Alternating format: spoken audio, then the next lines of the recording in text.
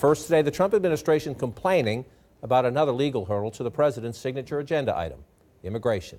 In a joint statement, the Departments of Justice and Homeland Security taking issue with a Monday ruling by a federal judge who says the president's new directive to deny asylum for immigrants who cross the southern border illegally is unconstitutional.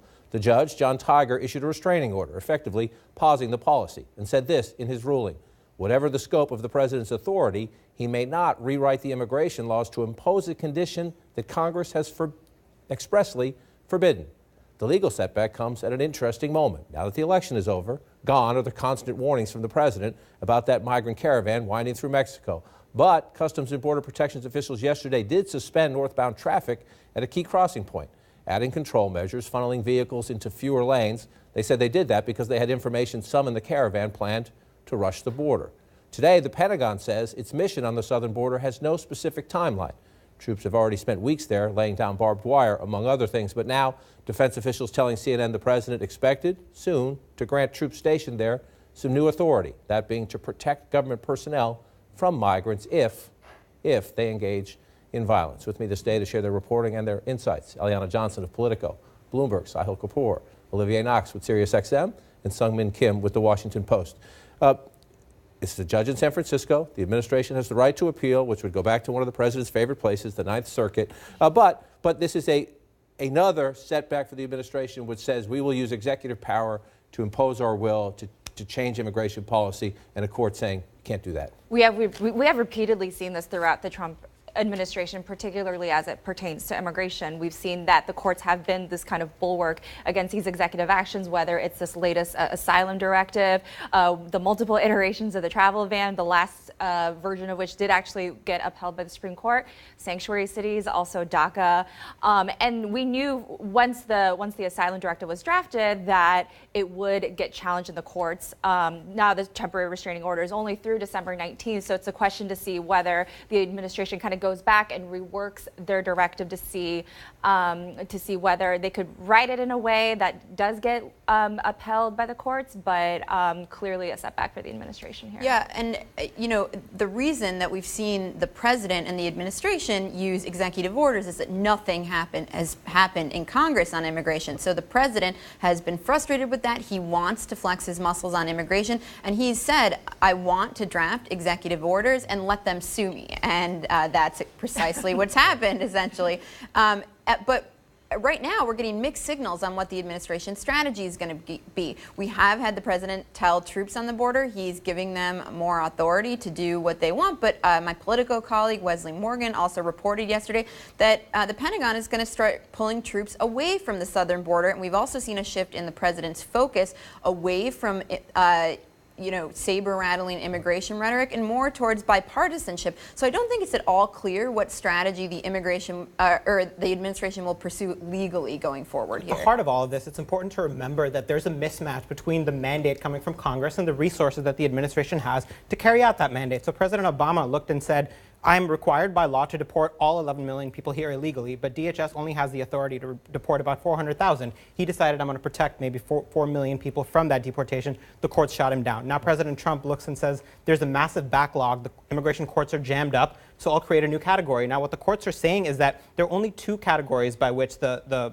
government can exclude people on asylum. One is you have to have a well-founded fear of persecution to get in, and you have to make sure the person is not a danger to the U.S. The judge is saying that the administration is creating a third category by saying you have to enter in a certain place. Now, the AG has discretion at the end of the day, in spite of all the categories, which is what the DHS argument is. And to Eliana's point about where's the president going to go on this, during the campaign, it was the invaders, they're coming, there are unknown Middle Eastern people there, they're bad guys, this is a threat, we have to do something about it. Does he change his tone after the election is one interesting thing, or does he now take out, because he gets mad at this judge, start yelling at Congress, where's my border wall funding? And the thing I just want to put, Monmouth asked the question about the caravan. The president talked about it repeatedly. Some Republicans put it in their campaign ads late in the campaign. Do you think the migrant caravan poses a major threat, minor threat, or no real threat to the United States?